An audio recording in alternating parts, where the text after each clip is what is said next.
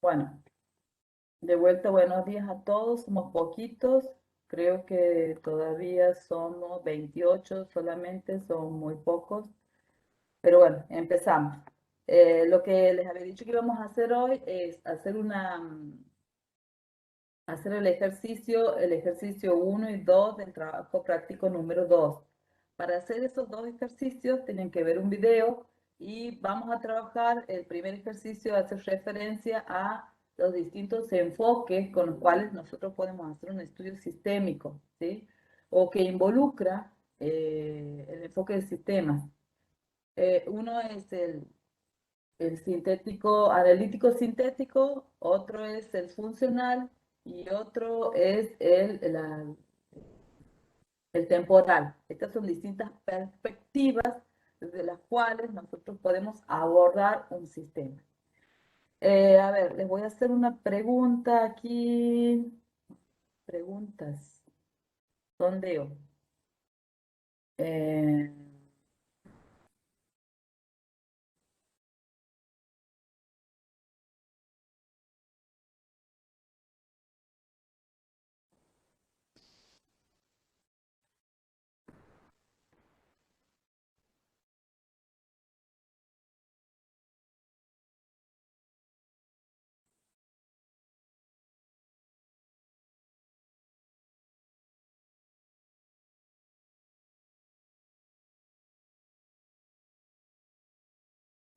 a ver, ahí les pongo, les he abierto un sondeo.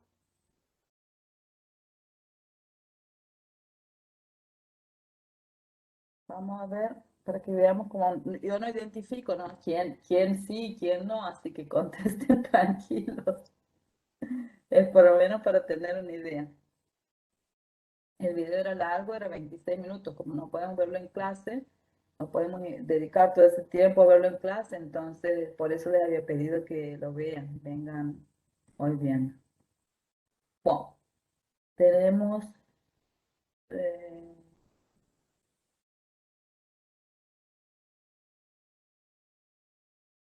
bueno,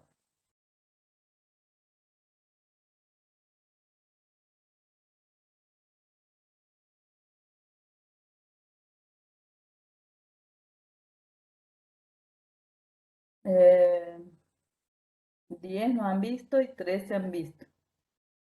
Esos son los resultados. ¿Ustedes ven los resultados ahí de alguna manera? No, profe. No, ustedes no ven. Bueno, yo les cuento entonces. 13 han visto y 12 no han visto. O sea, estamos mitad y mitad. Bueno, sí podemos trabajar entonces, porque si ninguno había visto, ahí sí que no podemos hacer nada.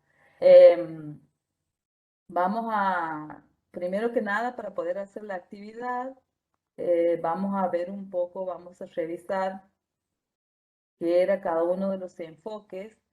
A ver, voy a compartir la pantalla. Compartir pantalla directamente. Están viendo ahí, ¿no? Sí, Lo profe. que tenemos que, bien, lo que tenemos que hacer, este es el trabajo práctico número 2 de la licenciatura en sistemas. Este ejercicio es igual para los dos. Lo que tenemos que hacer es lo siguiente: ver el video y ahora explicar cómo podría contemplarse el sistema bosque argentino desde las siguientes perspectivas: analítica funcional, la funcional y la temporal. Lo vamos a hacer por partes, es decir, si yo les doy el ejercicio para que hagan las tres perspectivas, es mucho y se van a perder un poco, entonces vamos a hacer por partes. Primero vamos a hacer la analítica funcional, después la funcional, perdón, analítica sintética, después la funcional y después la temporal. Son cuestiones muy sencillas. Ahora vamos a revisar, cuando nosotros venimos aquí, para que recuerden un poquitito de qué se trata cada una. Hemos visto la clase pasada, la historia de la teoría general de sistemas, y aquí estamos en las distintas perspectivas, ¿sí? La analítico-sintética, compuesta por el análisis del sistema y síntesis del sistema. ¿Se acuerdan que yo en la clase pasada les decía que a partir de ahora ya no podemos usar nosotros, o ya no deberíamos usar la palabra análisis como sinónimo de estudiar, de que están viendo algo. Analizar, ¿qué significaba? ¿Se acuerdan? Desmenuzar, repartir en partes y estudiar las cosas por separado. Eso es analizar. Entonces, cuando yo hago un estudio sistémico o abordo de manera sistémica o abordo un sistema para ver de qué se trata, para ver una problemática, yo puedo adoptar esa perspectiva analítico-sintética. Analítico significa que yo puedo hacer un estudio sistémico que sea analítico, ¿sí? Que sea estudiar las partes por separada. Pero para que sea sistémico, a ese proceso de análisis lo debo completar con un proceso de síntesis. En ese proceso de síntesis, lo que hago es efectivamente relacionar de alguna manera todo ese estudio por partes que he venido realizando.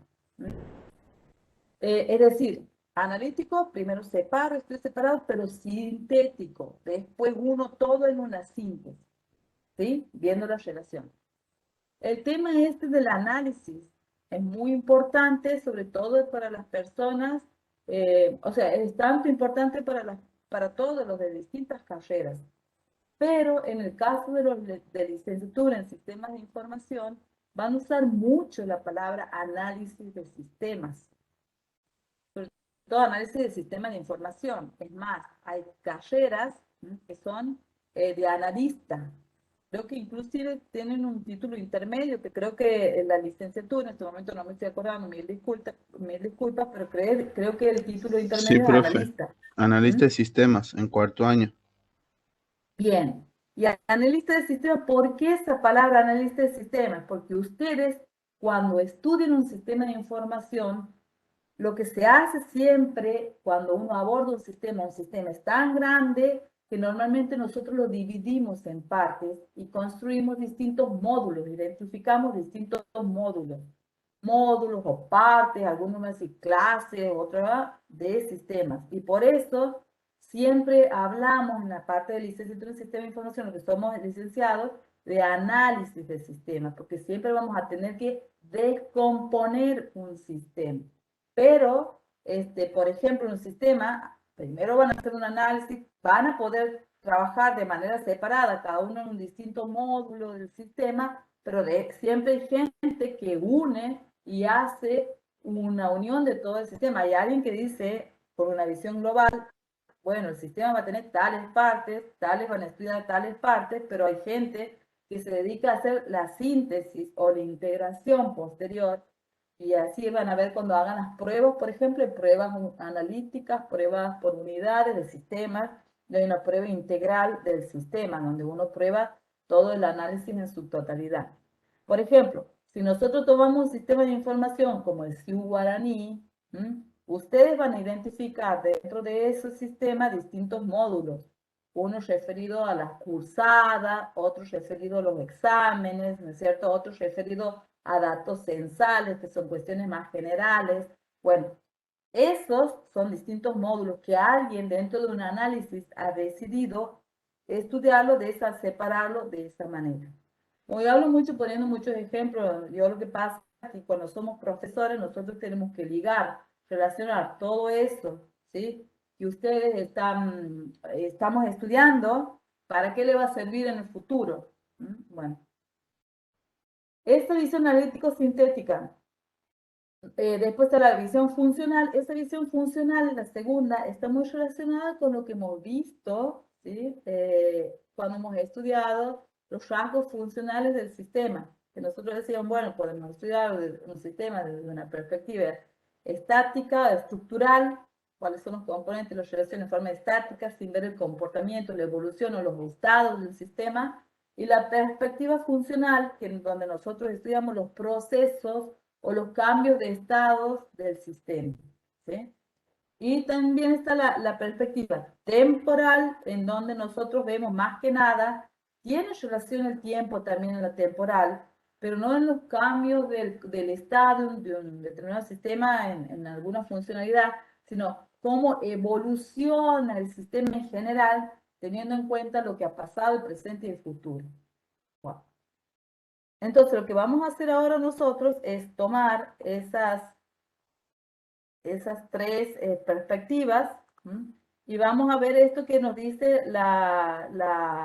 el práctico. Primero, ya han visto el video, entonces vamos a hacer, yo lo voy a hacer para un grupo, vamos a ver la parte analítica sintética y después vamos a hacer para en otro grupo, vamos a ver la funcional, en otro grupo la temporal y le voy a dar pocos minutos. Bien, yo lo que quiero ahora, yo no puedo hablar sola toda la hora, sino esto es, o sea, las clases virtuales no son lo mismo que las clases presenciales, ¿sí? Entonces yo necesito que ustedes colaboren, ¿m? Y necesito que algún voluntario que quiera comentar de qué se trata el sistema. No les digo que hagan un estudio sistémico ni nada, sino que me digan de qué se trata, perdón, el sistema no, de qué se trata el video que han visto. ¿Hay algún voluntario? Levante la mano.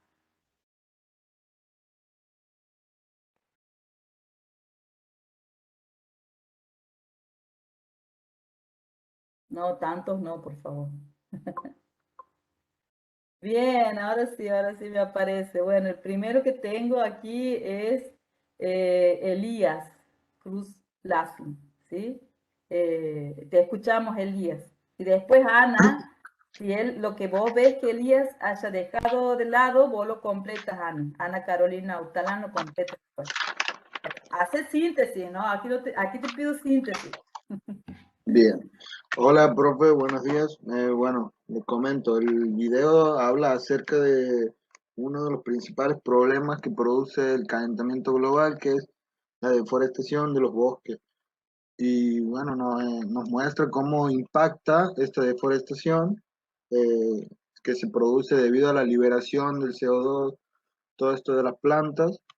Y además de eso, bueno, nos explica cómo es el funcionamiento de los bosques en Argentina, ¿no? Que existen dos tipos de bosques, los bosques nativos y los bosques implantados, y cuál sería la función de cada uno de estos tipos de bosques, ¿no?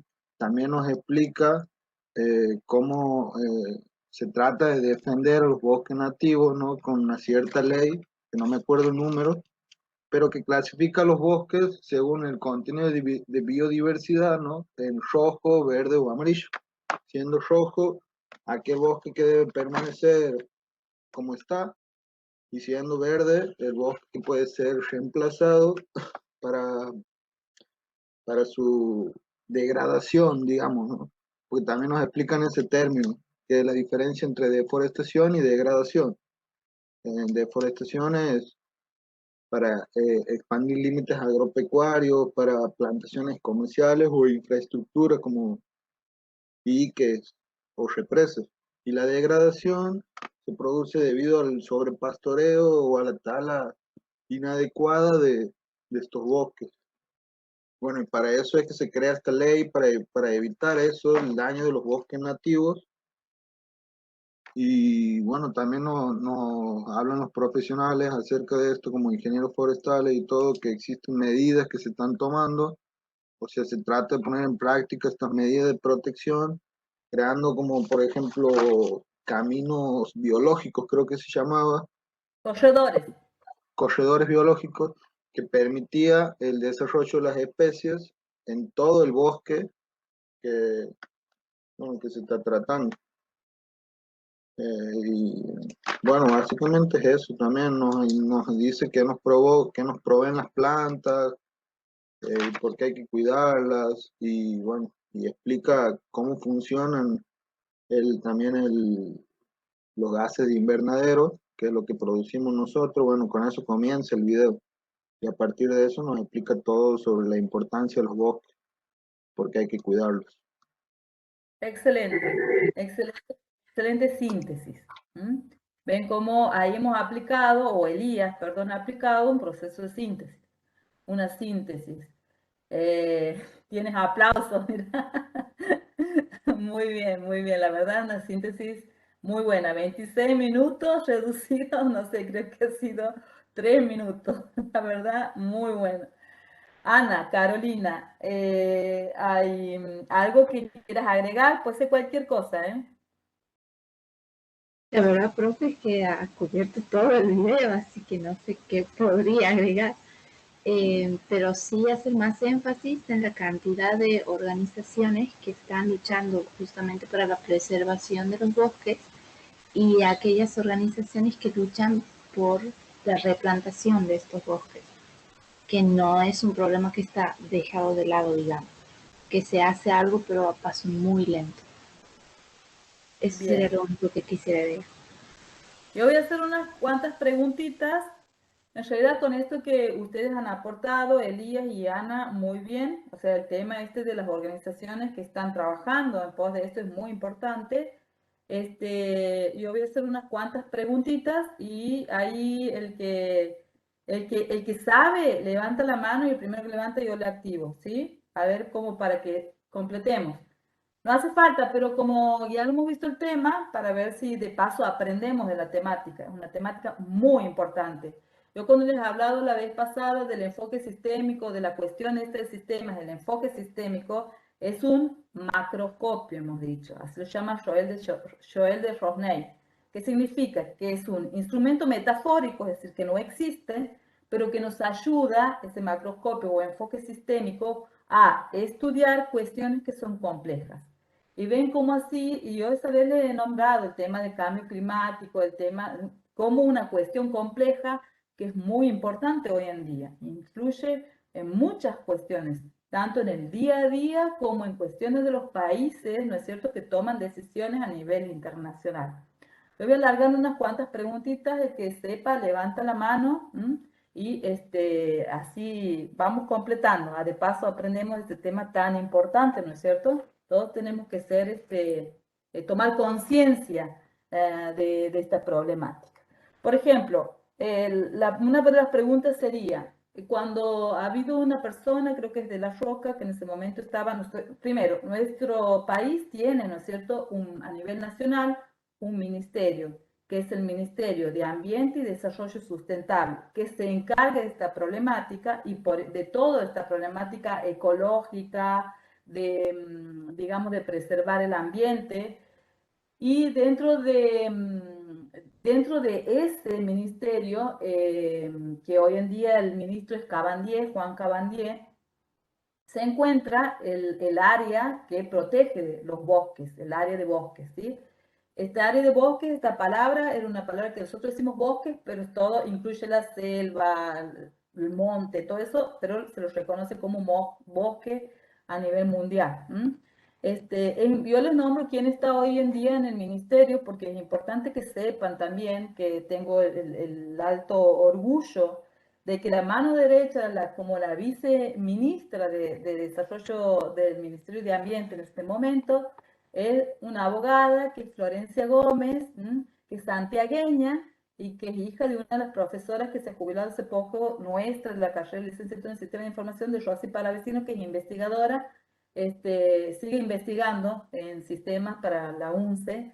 Entonces vemos cómo Santiago tiene un rol importante dentro de este tema de protección del ambiente, ¿sí? A ver, una de las preguntas que les puedo tirar es, cuando hablaba de La Roca, que era ahí en el video, el ministro anterior, ha hablado de que en Argentina tenemos distintos tipos de bosques, y ha nombrado creo que 5 o 6. ¿Alguno me podría decir cuáles son los que identificados en el país, más o menos, o la zona? No le digo exactamente el nombre, pero para tener una idea. Ajá, Carla, o no, no sé quién. Sí, el de Misiones, ¿puede ser, profe? Exacto, esa es la selva misionera. Está bien, ese tipo selva. ¿Alguno más que te acuerdes? Elías. Estaban los bosques subantárticos también, de la Patagonia. Exacto. Sí, sí. ¿Cuál más? Y Santiago del Estero, vamos a lo importante. ¿Qué tenemos? Está Eh, la parte de Chaco, la selva tucumana y boliviana también al norte de Santiago y la parte del Parque Chaqueño que también ocupa lugar en Santiago, en la parte de Copo. Bien, bien. Bueno, además de Ana y de Elías puede contar cualquiera, ¿no? Cualquiera más puede aportar. Sí, nosotros la selva tucumano-boliviana le llaman porque es un tipo de selva que es común, no es que sea continua, pero es común a toda esa zona. Pero en Santiago del Estero lo que tenemos, ¿sí? Es el monte chaqueño, ¿sí? Donde tenemos los quebrachos, todo eso. La buena noticia es para que sepamos, nosotros, gracias a Dios, recuerden que nuestra universidad tiene la ingeniería forestal, toda una facultad dedicada a ese tema, ¿sí? Entonces, nuestra provincia está bien protegida, ¿sí? Entonces tenemos, además de esa ley nacional, tenemos nuestras, digamos, normativas provinciales que protege ese bosque. O sea, nosotros le llamamos en realidad monte, que es el monte chaqueño, que significa, es un monte característico, les decía, tipo, donde hay tipo quebrachos, determinado tipo de árboles, ¿sí?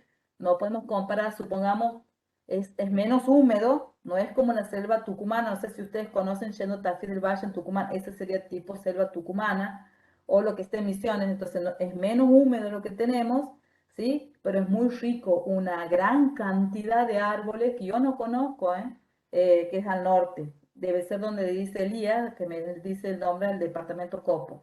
Sería bueno ir a visitar, ir a que conozcamos. Yo voy a proponerme ir este año, por ejemplo, a conocer todo eso. Bien, muy bien las respuestas. A ver, otra pregunta que podríamos hacer. ¿Cuáles son las problemáticas que ustedes han visto respecto a la preservación de los montes, de los bosques en todo el país? ¿Cuál ha sido en los últimos tiempos un problema que hemos tenido que contribuye a esta degradación, ¿sí? De los bosques, que han visto en los diarios y que es un verdadero problema en este momento? El calentamiento global. Ay, perdón, no le Eh, perdón. sí, no. Carla, sí, el problema, ese es como una consecuencia, ¿sí? De esto, de todo esto que estamos hablando, sería el calentamiento global. Muy bien. ¿Alguien puede decir qué es el calentamiento global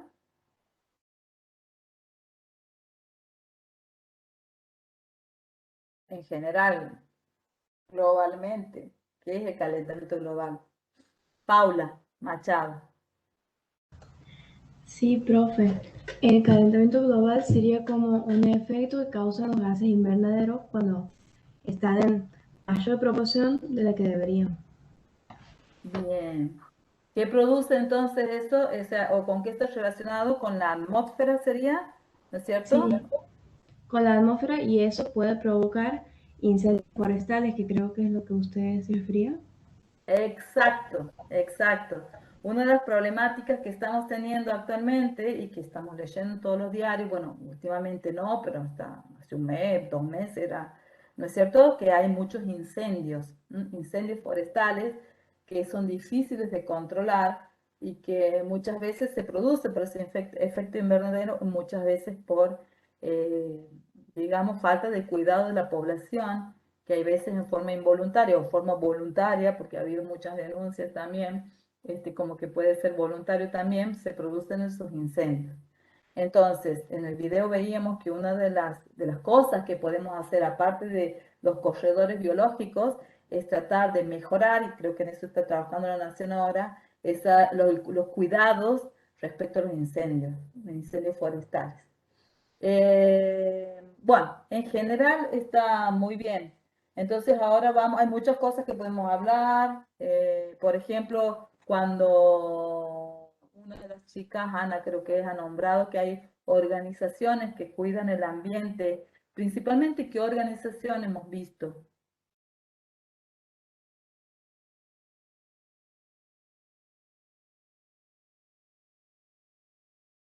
Organizaciones, bueno. No, no importa, generalmente es la ONU, ¿no? La que está haciendo eso, o sea, la Organización de las Naciones Unidas, y hay un acuerdo muy importante que es el acuerdo del Club de París, perdón, el acuerdo de París, el Club de París respecto a la plata, el acuerdo de París, en donde las grandes naciones serían, porque una de las causas del efecto invernadero es esto, la deforestación, pero hay otras, muchas más causas, como la emisión de dióxido de carbono de las grandes potencias que tienen muchas fábricas, etcétera, ¿sí? Entonces, había un acuerdo de París en donde las grandes potencias se comprometían a cuidar esta emisión de gases, como por ejemplo una característica es que Donald Trump había salido del Acuerdo de París y ahora Biden dice que va a volver. ¿Por qué? Porque las grandes potencias son las mayores responsables de la emisión de estos gases y las que produce el efecto invernadero. Entonces la ONU, el Acuerdo de París, las grandes potencias son los que están viendo estas cuestiones y dentro de nuestra región, nosotros somos Latinoamérica, ¿no es cierto? En el mundo están muy preocupados, ¿por qué? Porque nosotros decimos que tenemos un pulmón en el mundo, ¿sí? Que es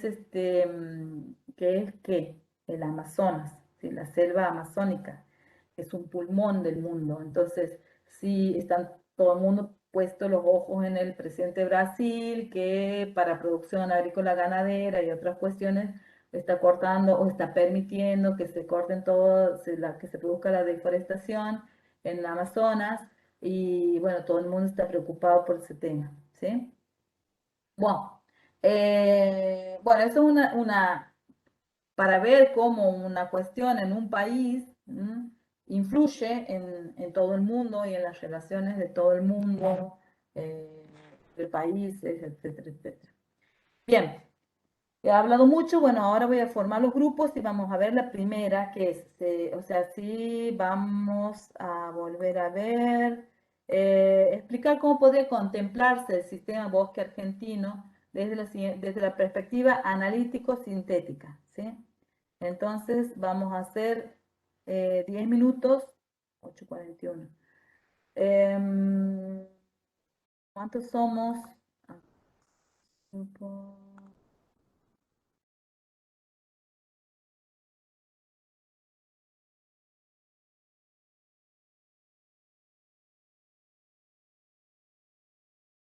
Voy a hacer 10 grupos y les voy a dar, em, 10 minutos para que hablen del tema, ¿sí?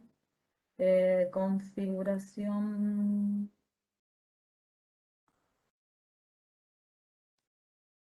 Bueno, ahí los separo, trabajen sobre la perspectiva analítico-sintética únicamente, ¿sí?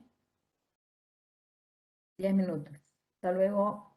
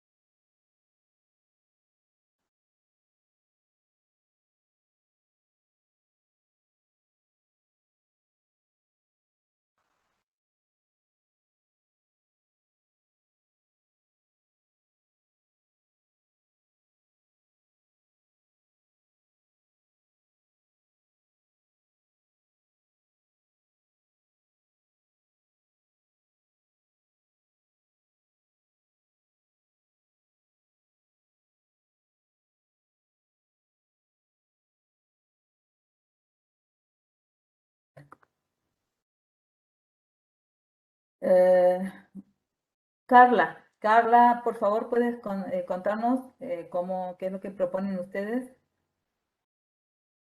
Bueno, profe, nosotros con Nicolás Cejano hemos tomado generar el bosque argentino como un sistema a analizar y hemos concluido que los elementos del sistema del bosque argentino son la flora, que pueden ser árboles como pinos, robles, etcétera, y también la fauna, que pueden ser animales como mamíferos, aves, y además los frutos o el agua que puede haber en los bosques.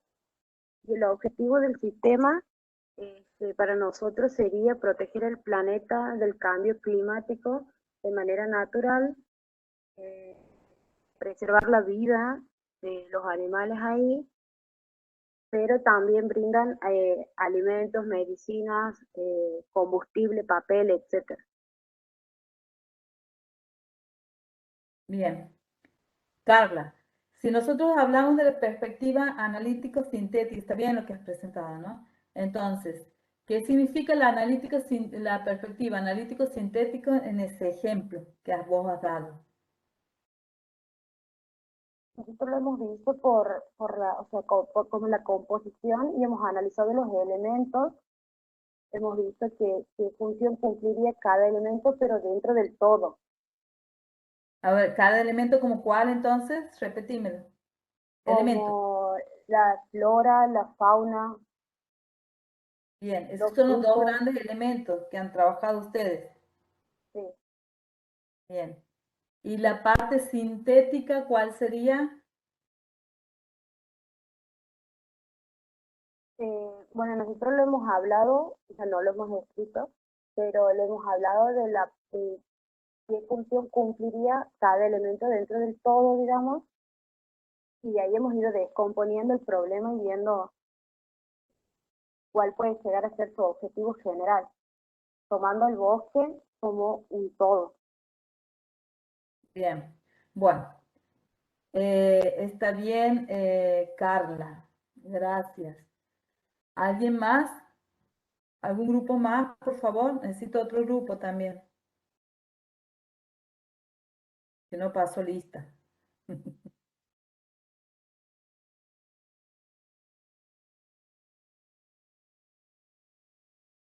Vamos a buscar un varón. Lucas Soto. ¿Está? Yo era del grupo de Carla. Ah, bien, bien, bien, perdón. Entonces, vamos a ver.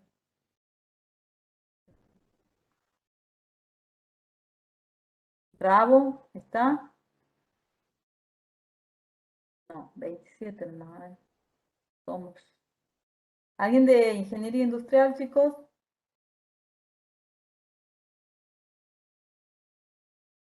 Loren Cordero Tamer, ¿se encuentra? Sí, profe. En mi grupo he estado con Geraldine Díaz y con Guillermo Ernesto Luna Castro. Y nosotros, bueno, no hemos podido conversar porque nos hemos dado cuenta tarde que estábamos en grupito. Y más que nada habíamos llegado a escribir planteando que el bosque argentino como sistema cuenta a su vez, como decía Elías Cruz, con sus diferentes partes como la selva misionera, el parque chaqueño, nuestro monte, y que dentro de cada uno, al igual que como ha dicho Carla, contaba con su flora y con su fauna en específico. Y ellos, dentro del bosque, contribuían con el oxígeno, por ejemplo, las plantas para que el bosque almacene dióxido de carbono, y los animales ayudaban con procesos ecológicos para que el bosque se mantenga a sí mismo. Y como síntesis habíamos sacado como conclusión de que el bosque es un hábitat para todas las especies que en él se encuentran, les permite sobrevivir dentro de él con las condiciones climáticas dentro de cada lugar, y que las especies contribuyen a que el bosque siga creciendo. ¿Algo así podría ser? Sí, perfecto. Está bien. Muy bien los dos grupos. O sea, el tema de identificar cada una de las partes supuestamente en la perspectiva analítico-sintética después uno entra a profundizar cada una de las partes, pero obvio que si tenemos solamente 10 minutos de trabajo no podemos entrar a profundizar en cada una de las partes, pero sí lo importante es que hayan identificado las partes. Puede ser que algunos otros grupos hayan identificado otras partes u otros elementos del sistema, que también está bien, ¿sí? Y lo importante es que después han visto la síntesis, es hacer una relación o ver cómo integramos esas distintas partes, después de haberlo estudiado en forma separada. Que dado el tiempo que les he dado, solamente 10 minutos, está muy bien lo que han hecho los dos grupos, ¿sí? Otra cosa que también aclaro que está bien, que cuando los grupos, sobre todo el primero en este caso, hablan del objetivo del sistema, decir el objetivo del sistema en este caso, lo que ustedes han dicho, también es una perspectiva sintética, ¿no? Porque analizan las partes y después dicen, el objetivo del sistema es tal. Entonces, a lo mejor consciente o inconscientemente, pero decir ese objetivo es como sintetizar integrando todo, ¿sí? Y la síntesis del segundo grupo también ha estado, digamos, más elaborada la síntesis, ¿sí? Ha estado más detallada, más elaborada, más completa. Pero en los dos casos, los dos trabajos que han hecho está muy bien. Bien, ahora vamos a pasar, solamente 5 minutos les voy a dar y vamos a ver la otra perspectiva, que sería la perspectiva, la perspectiva funcional, no la vamos a ver porque, bueno, sí, lo vamos a ver, la perspectiva funcional, ¿sí? Acuérdense que la perspectiva funcional es identificar ciertos procesos que se realizan, se producen dentro del sistema, ciertos procesos. Nosotros ya hemos mencionado algunos procesos, ¿sí? Dentro del sistema bosque, o sea, toman suponte el monte Chaco o cualquiera, porque realmente los mismos procesos se producen, y pueden mencionar, identificando distintos procesos en los bosques en general o tomando un bosque en particular, identificar los procesos y pueden agarrar uno y decir, bueno, este proceso se realiza de la siguiente manera. Implica no separar los estados, pero decir más o menos en qué consiste este proceso, ¿sí? Entonces, los voy a volver a separar en grupo, les doy, no, de vuelta les voy a dar 10 minutos, ¿sí? Porque prefiero que vean bien esta parte, que hagan práctica de esto, después la teoría la pueden leer de los otros temas. Así que bueno, los vuelvo a separar en grupo y les doy 10 minutos para que vean la perspectiva funcional.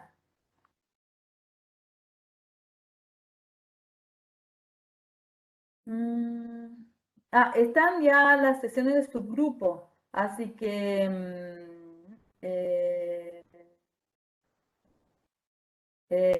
así que los voy a volver van a trabajar en los mismos, ¿sí? Con las mismas personas.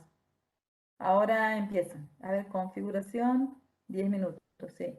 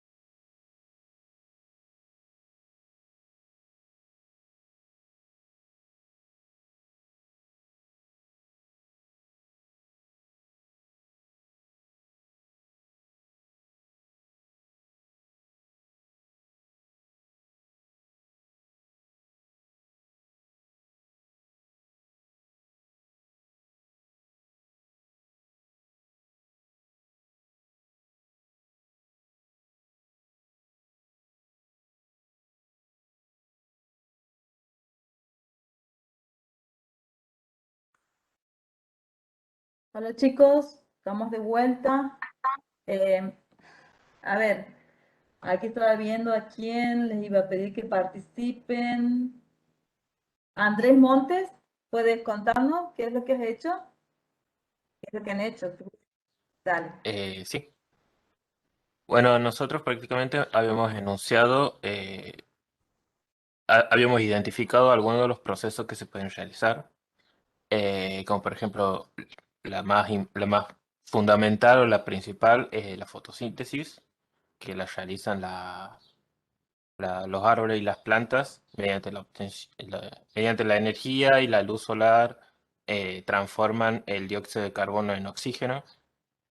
Después la polinización también, que gracias a los animales que habitan, es posible reproducir semillas, frutos y otras plantas. Y el ciclo del agua, y hemos hecho hincapié en ello, que mediante, o sea, después de grandes lluvias, las plantas y los árboles ayudan mediante la absorción a que no se produzcan inundaciones, y también los animales que pueden beber de ellos. Que también se pueden producir, no sé, ríos, lagos, lagunas, aguas subterráneas. Y, y estábamos hablando hasta que terminó el tiempo de un proceso de descomposición, pero eso no hemos podido desarrollar mucho. No sé si Bien. está... Está bien, está bien, está bien, está muy bien.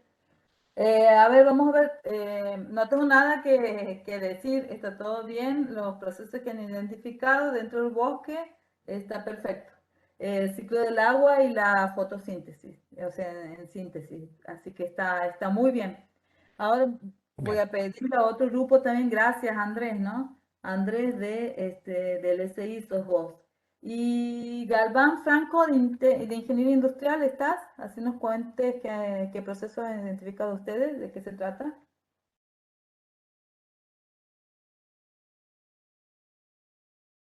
Franco, Galván.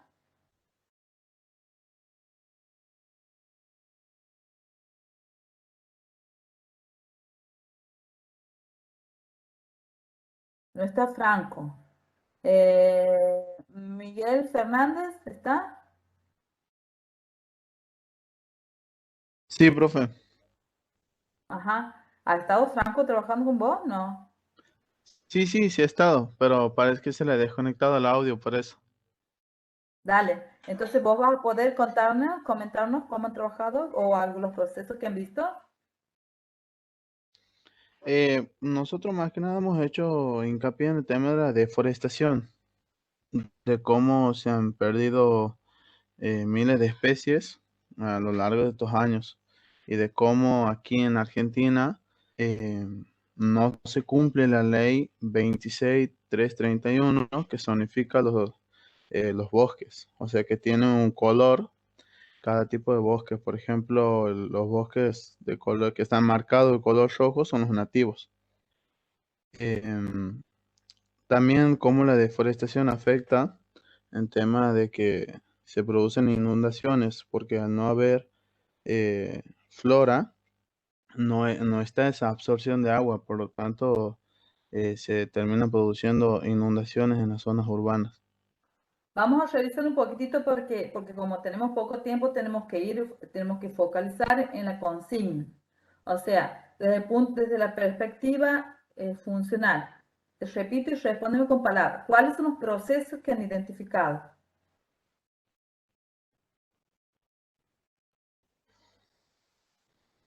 Al principio he empezado hablando de uno. Claro, nosotros más que nada hemos hecho hincapié en la deforestación.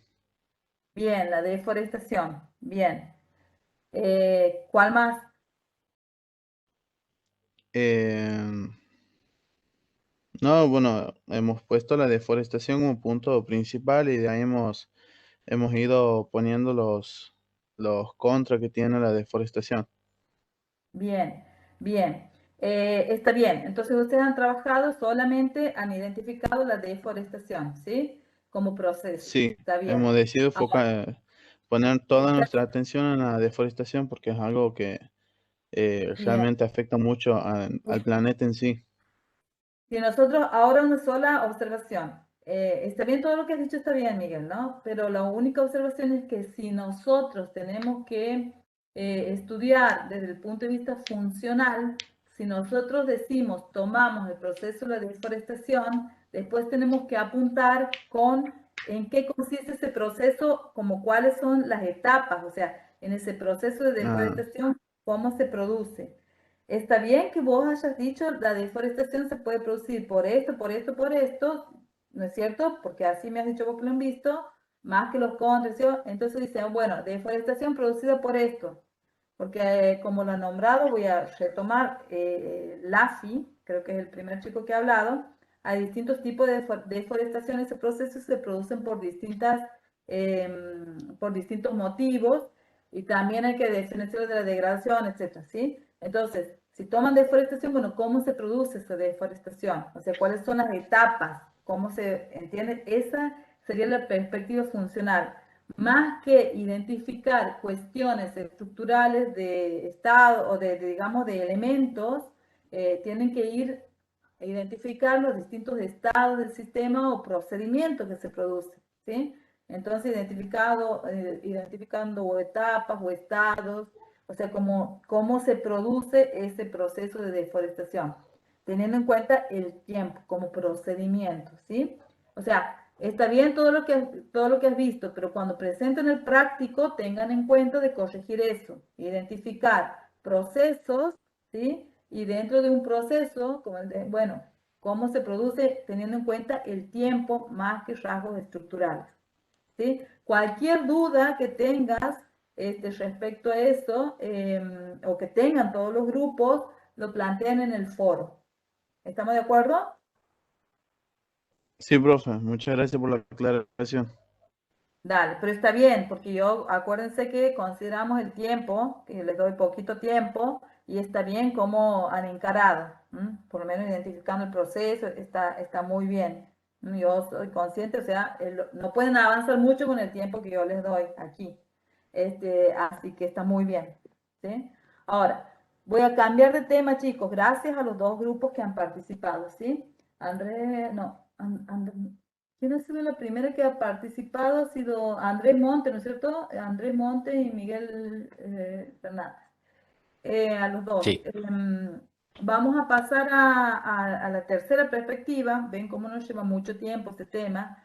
En la tercera perspectiva tenemos la perspectiva temporal. En esta perspectiva, tanto la funcional como la temporal se describe el sistema a través considerando la variable tiempo. Pero en la funcional, teniendo en cuenta las distintas funciones dentro de un sistema o procesos que se producen dentro de un sistema. ¿Sí? No podemos decir, por ejemplo, que la deforestación sea una función de un bosque, no, pero es un proceso que se da dentro del bosque y el que estamos estudiando. Ahora, la perspectiva temporal, es respecto, yo les comentaba la vez pasada que era teniendo en cuenta lo que llamamos retroprospectiva, es decir, estudiar un sistema teniendo en cuenta qué es lo que ha pasado en el pasado en ese sistema y qué es lo que va a pasar en el futuro de ese sistema, hacia dónde se dirige ese sistema. Bueno, ¿alguien me puede hablar de la perspectiva temporal? O sea, ¿qué es lo que opinan? Por ejemplo, Fernando Ponce se encuentra del SI. Fernando, ¿estás? Bueno, Julieta Pérez, que era de otro grupo. Julieta o la compañera Julieta, ¿se encuentra?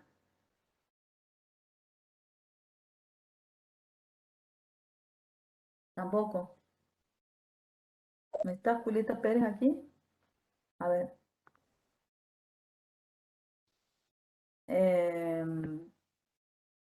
Carrizo, ¿se encuentra? Juan Ignacio Carrizo.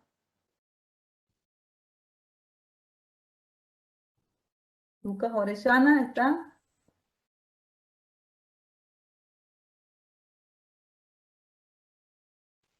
profe, ahí Julieta Pérez creo que quiere hablar, pero no puede.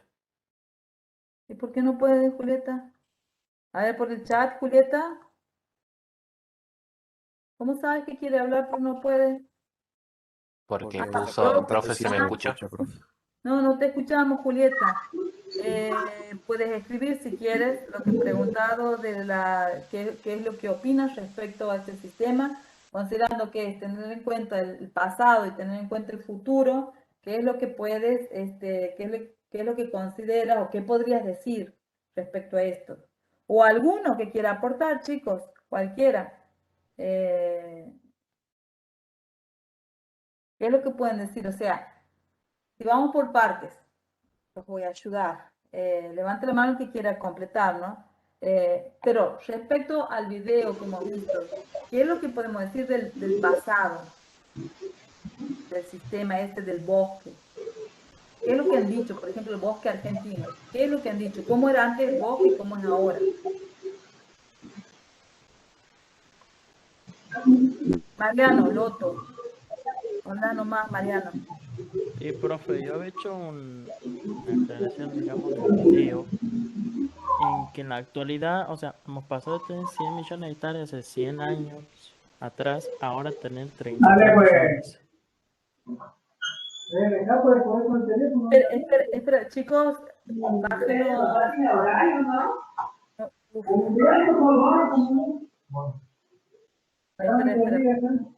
Tiene que ser.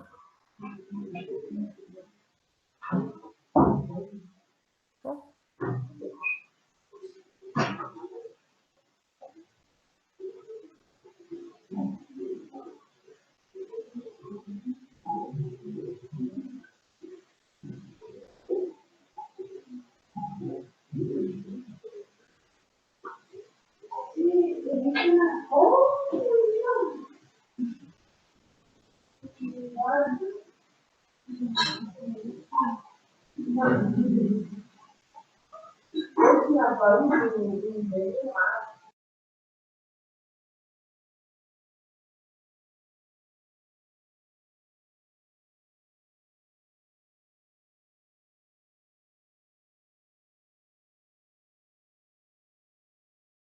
Chicos, perdón, no sé quién estaba hablando. Habilita tu micrófono, por favor, y habla. Tener que bajar a...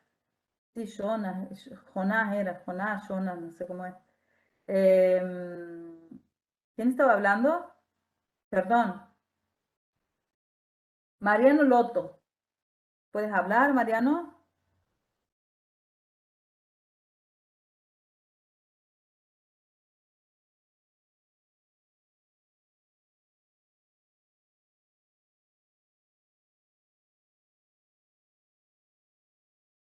Ahí, profe, ¿me escucha? Sí, ahora sí. Que en el No, video, profe, yo había hecho una aclaración, había notado que antes, hace 100 años atrás, había 100 millones de hectáreas de bosque y que en solo 100 años ha pasado a tener 33 millones, o sea que ha habido entre un 60 y un 70% menos, que ha sido una gran deforestación en lo que se ha causado, bueno, un gran cambio climático en solo 100 años, que eso sigue aumentando a medida. bien, eso No sigue sé si eso aumentando. tendrá algo que ver. Sí, perfecto, es exactamente lo que tenemos que ver. O sea, nosotros estudiamos este sistema, ¿por qué? Porque vemos cómo va evolucionando y cómo se va destruyendo, ¿no es cierto? O cómo el hombre lo va destruyendo. Pero es así, está perfecto. Eso es lo que tenemos hacia atrás. Hoy estamos parados aquí, eso es lo que tenemos hacia atrás. Vemos cómo se ha ido destruyendo todo eso y qué hay con respecto al futuro. ¿Qué podemos decir, Mariana?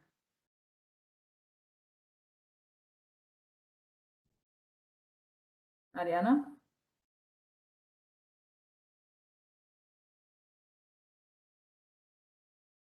Mariano, estás muteado, estás callado, estás en silencio. No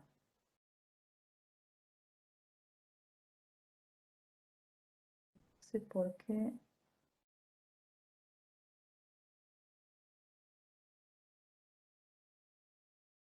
Ahora, profe, Sí.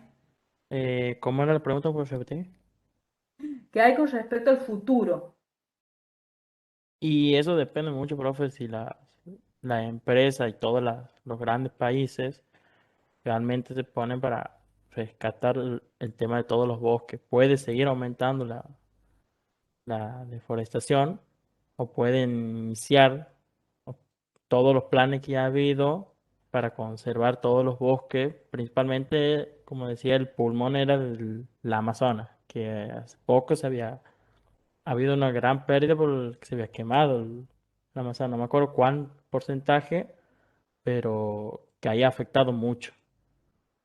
Y como que se están tratando de hacer, eso había averiguado aparte, que están tratando de hacer métodos para recuperar toda esa parte del Amazonas, pero que lleva un buen tiempo, que va a llevar un buen tiempo todavía.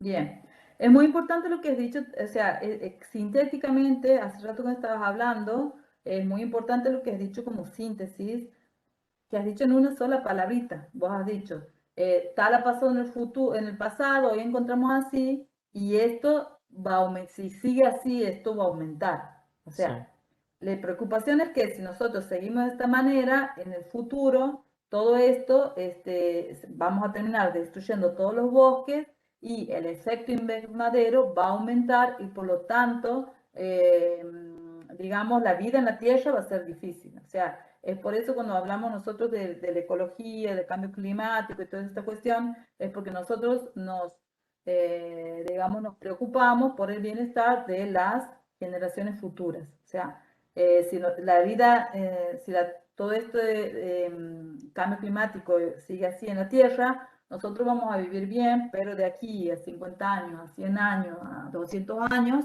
la vida va a ser imposible dentro de nuestro planeta. ¿Sí? Bueno, está muy sí, bien, muchas gracias, Mariano. muchas Andrés, gracias, profe. dale, ¿quieres decir algo, Andrés? ¿Ha sido por error? No sé. Cada uno ya puede estar en condiciones de Sí, cancelar su... Sí, te escuchamos. que no, yo anteriormente había visto videos que aún así, si las empresas se deciden o dignan hacer algo por el medio ambiente hoy en día, los efectos positivos no aparecerían hasta dentro de 50, 70 años aproximadamente, porque el daño ya está hecho y hoy en día estamos viendo las consecuencias y se van a seguir viendo las consecuencias, que son la eh, sequía en grandes partes, inundaciones en otras, pérdida de muchísimos animales y posibles, ¿cómo se llama cuando? Extinción de algunos de ellos. Y básicamente eso, que hoy en día si las empresas se deciden a poner un grano de arena, por decir así, no se ve el lado positivo hasta dentro de un buen par de años. Bien, muy bien, muy bien. O sea, en el estado en que estamos ahora, la destrucción que han producido, cómo se ve en el futuro dentro de 50 años y qué tenemos que mejorar ahora para entonces asegurar, digamos, un mejor futuro después de los 50 años o algo así. Está muy bien, Andrés Montes. Bueno, vos ya habías participado, Andrés. Bueno, respecto a la otra actividad que daba, es la actividad 2, se la dejo para ustedes porque en base a todo lo que hemos trabajado ahora, ustedes ya están en condiciones de hacerlo solo. A ver si le comparto la pantalla solamente para que vean esto. O sea, a partir del video planteo un problema que por sus características debería estudiarse mediante el enfoque sistémico. El problema en sí, el video, teniendo en cuenta el sistema, ¿sí? El sistema Montes, el video hace referencia a varios problemas, ¿sí? Que ustedes pueden tomar como ejemplo y verlo y plantearlo que se puede estudiar desde un enfoque sistémico. O sea, si nosotros tomamos el monte y si vemos el tema de la deforestación en general o degradación, etcétera, podemos verlo a eso como un macro problema o tomar otro de los problemas, ¿no es cierto? Que creo que ustedes lo han nombrado, los problemas que tiene en el clima, ¿no es cierto? Las consecuencias que tiene el cambio de clima, disminución de lluvias, aumento de temperaturas y el otro era más eventos inesperados como inundaciones, etcétera. Esos son algunos de los problemas. O si no también o subproblemas podemos decir, sino también otra de las cosas que han mencionado los chicos de la extinción de las especies, que en el video dice bien, bueno, cuáles son las consecuencias que trae la disminución de las especies.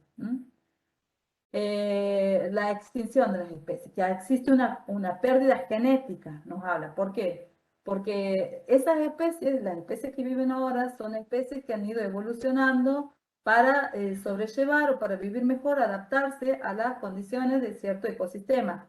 Entonces, si perdemos esa especie, perdemos todos esos millones de años de adaptación, ¿sí? Bueno, cualquiera de esos problemas o la deforestación en general o los subproblemas que ocasionan pueden abordarlo desde un enfoque de punto de vista sistémico. Ahora, la pregunta, ¿este problema podría estudiarse con el enfoque analítico? Recuerden la diferencia entre el enfoque analítico y el enfoque sistémico. Bueno, hay problemas que sí pueden ser estudiados desde un enfoque analítico, pero siempre y cuando tenga un objetivo que sea muy puntual. Entonces ustedes dirán, este problema que yo tomo, que nosotros tomamos, puede ser estudiado de un enfoque también analítico para determinar tales cuestiones. Y ustedes dirán, o a lo mejor dicen, no conviene debido a tal cuestión. Bueno, ustedes lo hacen, lo plantean y cualquier duda lo presentan en el foro o le plantean al profesor en la práctica o en la clase de consulta, ¿sí? Ahora vamos a pasar un poco la teoría, porque ustedes han estado viendo respecto a la unidad 2,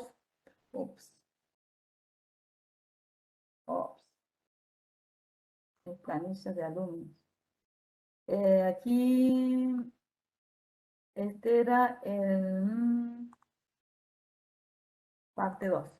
Bien, nosotros hemos visto de la parte 2, hemos visto, el otro día he pasado rápido o he salteado la parte de teoría para que podamos llegar a los diagramas causales, para que puedan hacer ustedes en la práctica, porque hay veces que el hacer diagramas causales les lleva un poquito al principio les lleva un poquito de tiempo hasta que lo terminen de comprender.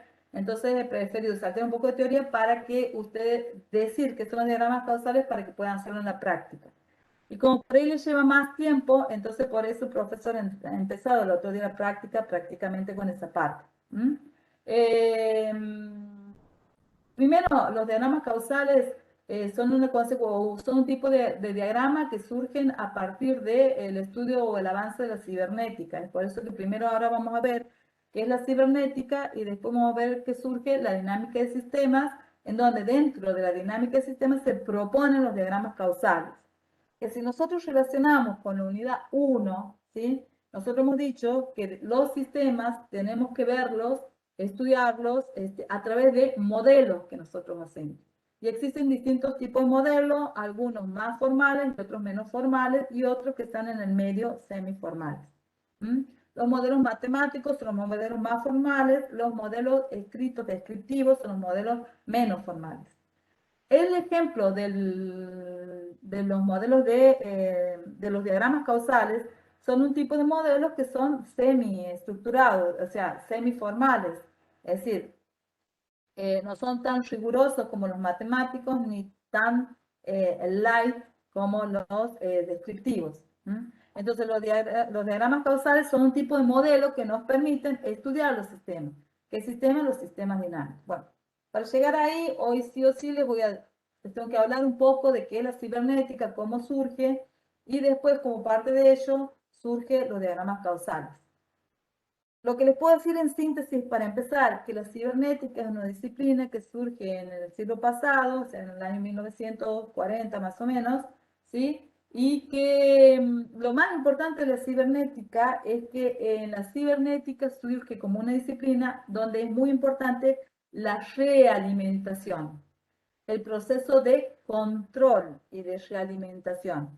Todo esto que tiene control y realimentación, eso lo estudia la cibernética. Y la cibernética estudia esos procesos de realimentación, de control, de regulación, comparando tanto en sistemas que son máquinas como en los seres humanos o en los seres vivientes, ¿sí? Es un poco como consecuencia de esto que cómo surge el movimiento de sistemas vinculando, digamos, estudios, ¿se acuerdan? Transdisciplinares, acordes o comunes a distintas disciplinas. Bueno, así también surge la cibernética. Ahora vamos a ver entonces qué es la cibernética y después pasamos a dinámica de sistemas, donde estudiamos los modelos causales con los diagramas causales como un tipo de modelo que se basa un poco en la base de la cibernética, que es en el control o en la realimentación, porque identificamos bucles de realimentación.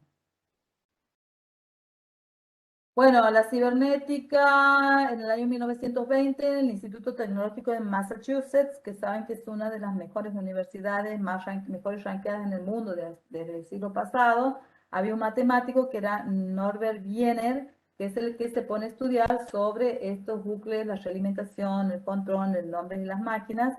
Y en el año 1930, el MIT incrementa su actividad interdisciplinaria, relacionando lo que es la biología, la computación, la energía eléctrica. Entonces ahí es donde comienzan a hacer estos estudios, viendo cuáles son los mecanismos que son comunes a estos distintos tipos de áreas de disciplina del sistema.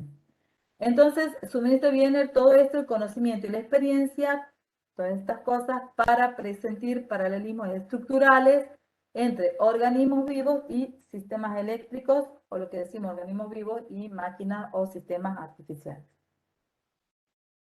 Entonces, en 1940, de la síntesis de este paralelismo surge la cibernética. Y los estudios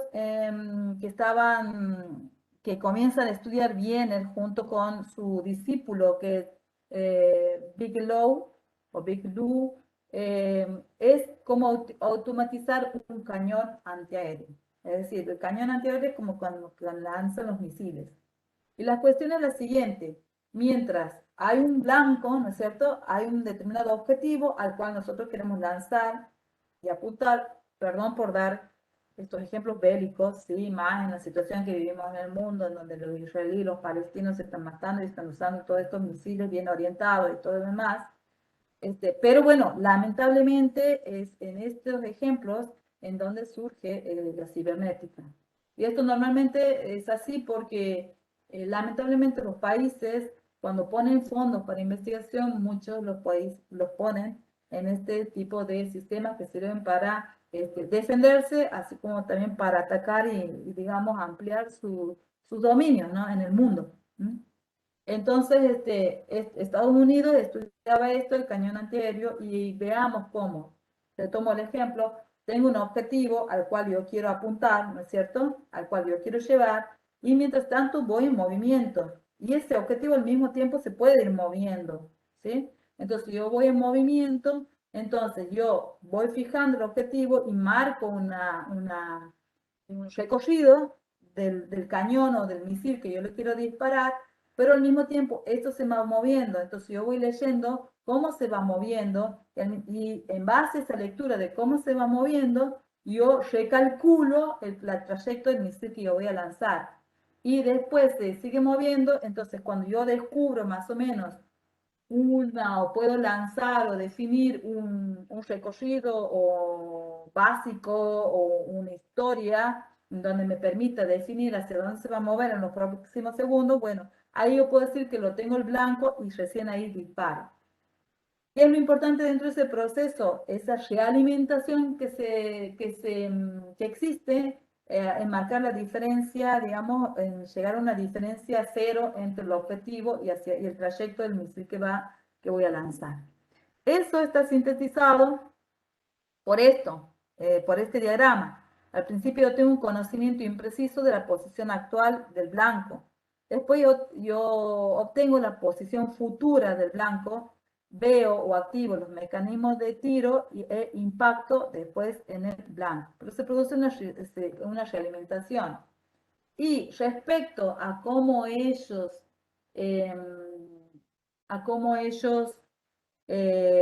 comparaban con lo que ocurre en los seres humanos, también lo comparan con ese ejemplo que yo les he puesto y que les he mostrado ya la semana pasada respecto a qué es lo que ocurre cuando yo quiero tomar un vaso de agua y cómo. Lo que hacemos es, partimos de la información obtenida por los ojos, por nuestros sensores, de dónde está un vaso, ¿sí?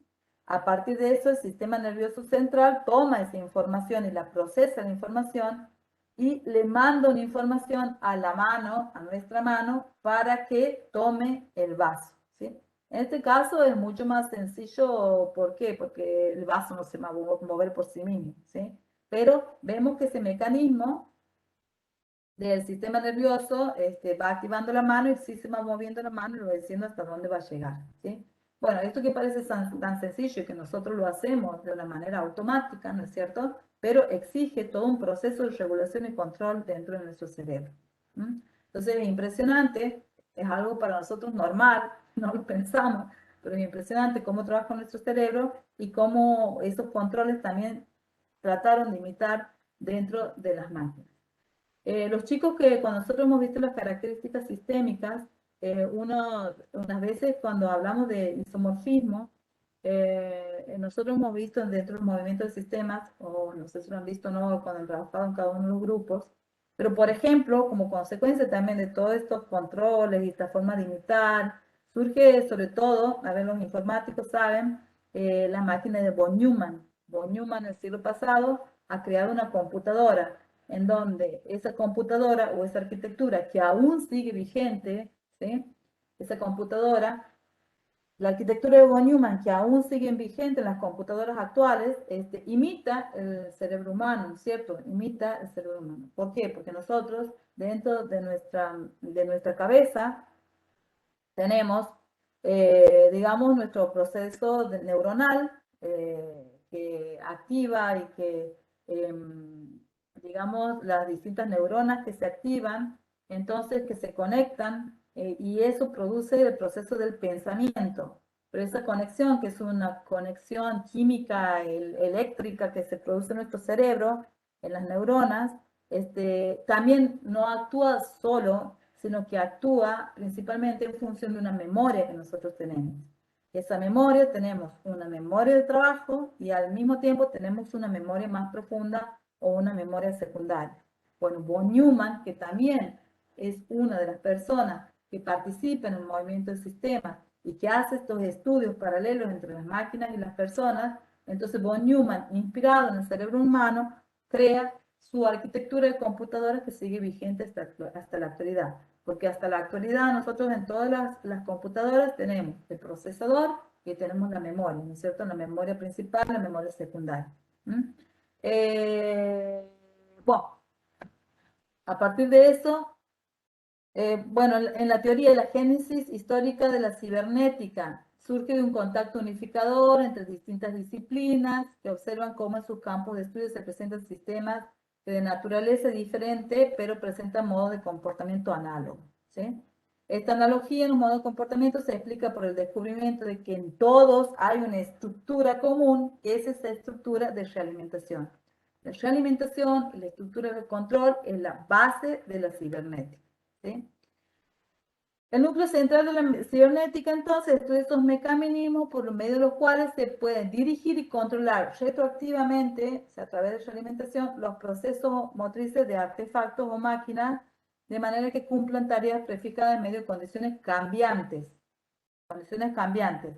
El misil antiaéreo, ese objetivo normalmente se va moviendo, entonces eso va cambiando. Entonces yo hago mecanismo de control, activo mecanismo de control, en situaciones que cambian. La cibernética para ello, ¿qué debe hacer? Debe poder registrar la información pertinente a los estados del medio y también sus propios estados, disponer de un programa que fije la meta a obtener y calcule los movimientos a efectuar, y poseer canales de transmisión y comunicación de la información. El núcleo central de la cibernética busca las analogías entre máquinas y sistemas vivientes como un método para entender la complejidad. Y en ese sentido surgen modelos que intentan representar propiedades de los sistemas vivientes utilizando el concepto de máquinas cibernéticas. Lo básico, lo principal dentro de la cibernética entonces es el control, el proceso de control, aquello que regula el comportamiento del sistema, que suministra una dirección en consonancia con un plan o que permite mantener las variaciones con respecto al objetivo del sistema, ¿sí? Es muy importante y aquí relacionamos dentro de nuestro sistema. ¿Se acuerdan que hemos dicho que un sistema, todo sistema tiene un objetivo que cumplir? Entonces, el control generalmente se da en función de ese objetivo, es decir, tenemos realimentación de la salida, vuelven a entrar y controlan con si se logra o no el objetivo del sistema. Esto tenemos el principio de regulación por control del error de Ashby, que Ashby es otro sistemista, partidario de, digamos, representante de la cibernética, en donde todo sistema abierto, ¿sí? Nosotros tenemos adentro un sistema, un subsistema de control y un subsistema controlado. Este subsistema controlado es el que realiza los procesos del sistema.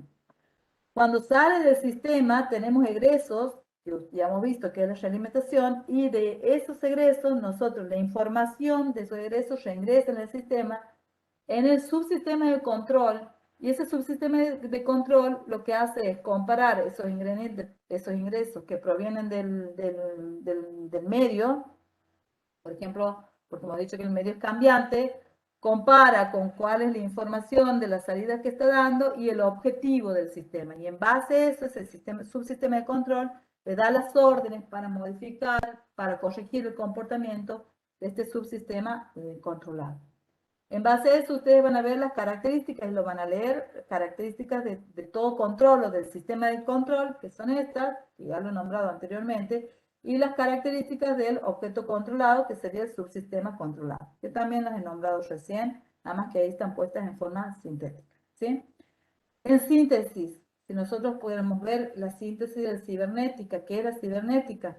Es la ciencia de los sistemas de control y comunicaciones basados en la realimentación, soportados e impulsados por la computación y particularmente su relación con los seres vivos y el ser humano. De donde la palabra cibernética surge en 1942 con Wiener, que ya lo he dicho, esto es una síntesis, se consolida en 1947, y aquí en este link ustedes pueden ver cuál es la evolución de la cibernética, y ahí va a estar incluido, por ejemplo, dentro de esta evolución, los diagramas de Forrester, que son los diagramas causales. Y bueno, y ahora, y aquí como reflexión final, que si bien os sirve mucho de soporte para la biología, la electrónica, la industria, la informática, la cibernética, hoy en día se aplica mucho a la gestión y a las organizaciones. Y eso lo vamos a ver en las unidades que siguen cuando estudiamos las organizaciones. Ahora, respecto a dentro de la evolución de la cibernética, surge un grupo que es de Forrester, que estudia los sistemas dinámicos, y esos sistemas dinámicos que son esos sistemas que varían con el transcurso del tiempo, adaptándose a todos los cambios que se producen en el medio y interactuando con el medio. Y los resortes internos son los bucles de realimentación, los flujos y los depósitos. Estos resortes internos ya hemos visto cuando hemos visto los rasgos funcionales de todos los sistemas. Y dentro de esos bucles de la realimentación, que es el control, lo principal de todo esto, ya hemos visto que es información de la salida que reingresa en el sistema, y esos bucles de realimentación, tenemos bucles de realimentación positivos y negativos. Los positivos cuando esa salida reingresa la información en el sistema, produciendo cambios en el sistema en el mismo sentido, Por lo tanto, los resultados, sus efectos son acumulativos. En cambio, los bucles de realimentación negativos, que decimos que son los bucles que producen el equilibrio, llevan al equilibrio del sistema, es cuando esa salida, la información sobre la salida produce cambios en el sistema en sentido contrario, permitiendo que ese sistema regule su comportamiento y logre un equilibrio. Entonces sus efectos son estabilizadores. Esto es importante porque la realimentación positiva produce, con respecto al objetivo, un crecimiento exponencial que lleva a la explosión, o un decrecimiento exponencial que lleva al bloqueo del sistema. Es decir, aumenta la divergencia con relación al objetivo del sistema. En cambio, la realimentación negativa produce un equilibrio que lleva a, perdón por las líneas tan chuecas, ¿no? Pero que llega a lograr el objetivo. Por lo tanto, decimos que la realimentación negativa tiene una congruencia hacia el objetivo del sistema. Respecto a los diagramas causales, ya lo han visto, que es un diagrama causal o de influencia simple, en donde nosotros identificamos relaciones entre los distintos elementos de causa-efecto, generalmente, identificamos los elementos del sistema, sus relaciones, los bucles de realimentación. Lo único, esto ya lo han visto en la práctica, este ejemplo ya lo he dado, lo pueden revisar ustedes, cualquier duda me la plantean.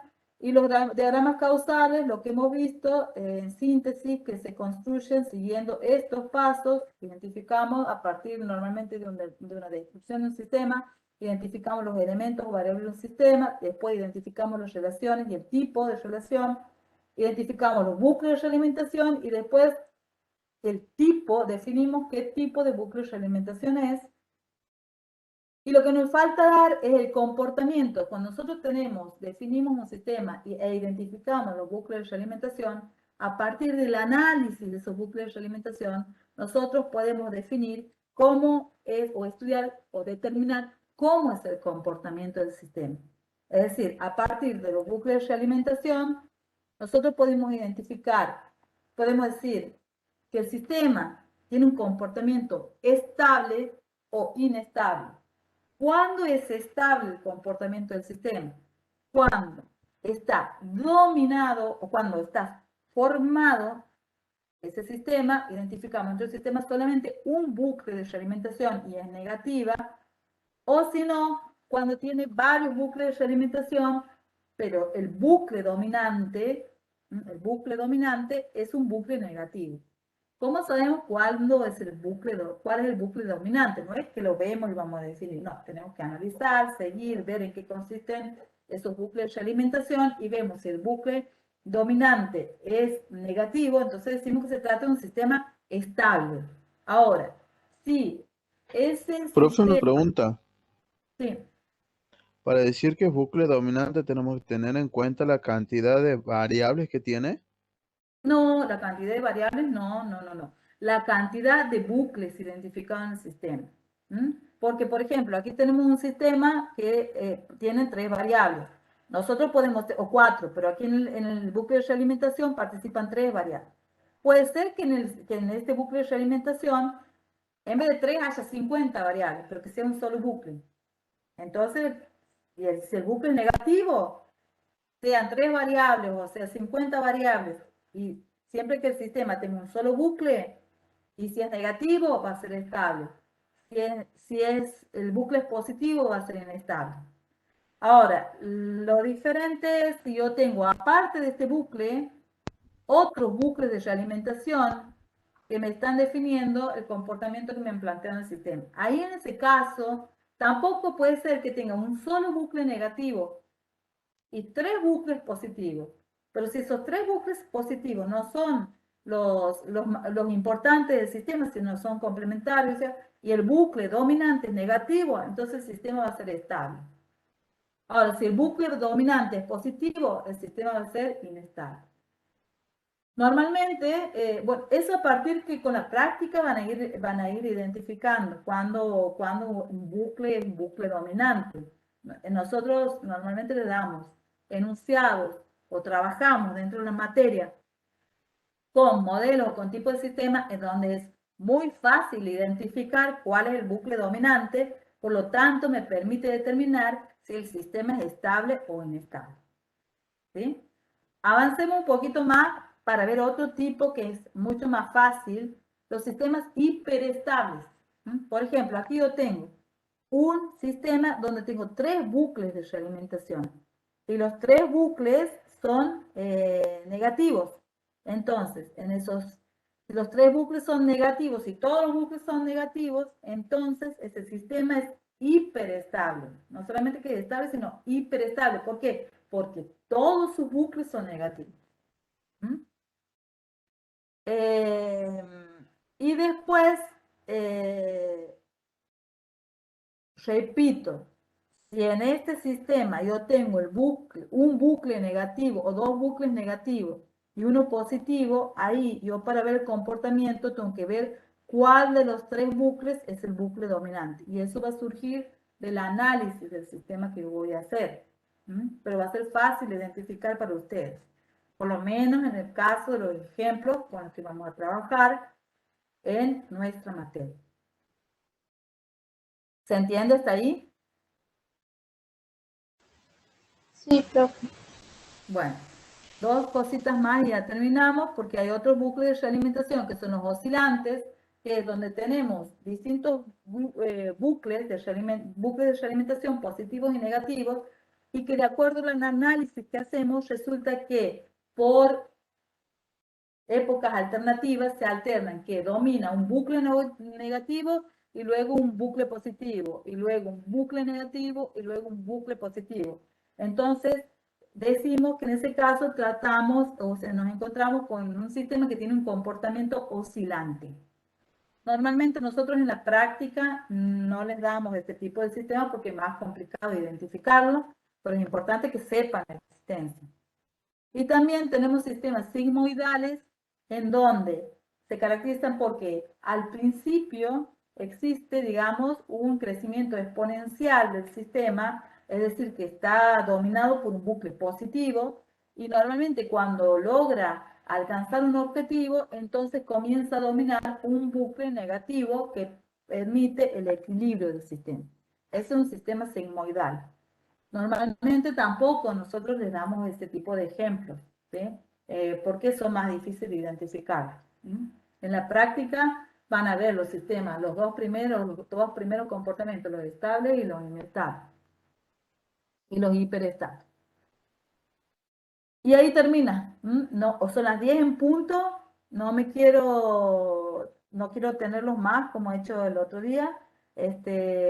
Les agradezco a todos su participación, que han trabajado muy bien, y nos vemos el martes que viene, y cualquier consulta lo hacen en el foro, y si yo me demoro en responder en el foro, pueden mandar el mensaje ahí por Discord, profe, no se olvide de contestarme, porque hay veces que yo tengo varias materias y que por ahí se me van lo del CUB, los foros, y pueden consultar por ahí. Bueno, chicos, nos vemos el martes que viene. Un gusto estar con ustedes. Espero que sigan bien el resto de la semana y que los que rindan les vaya bien. Nos vemos. Chao, chicos. Nos vemos, profe. Chao, profe. Profe, gracias. Chao, chao.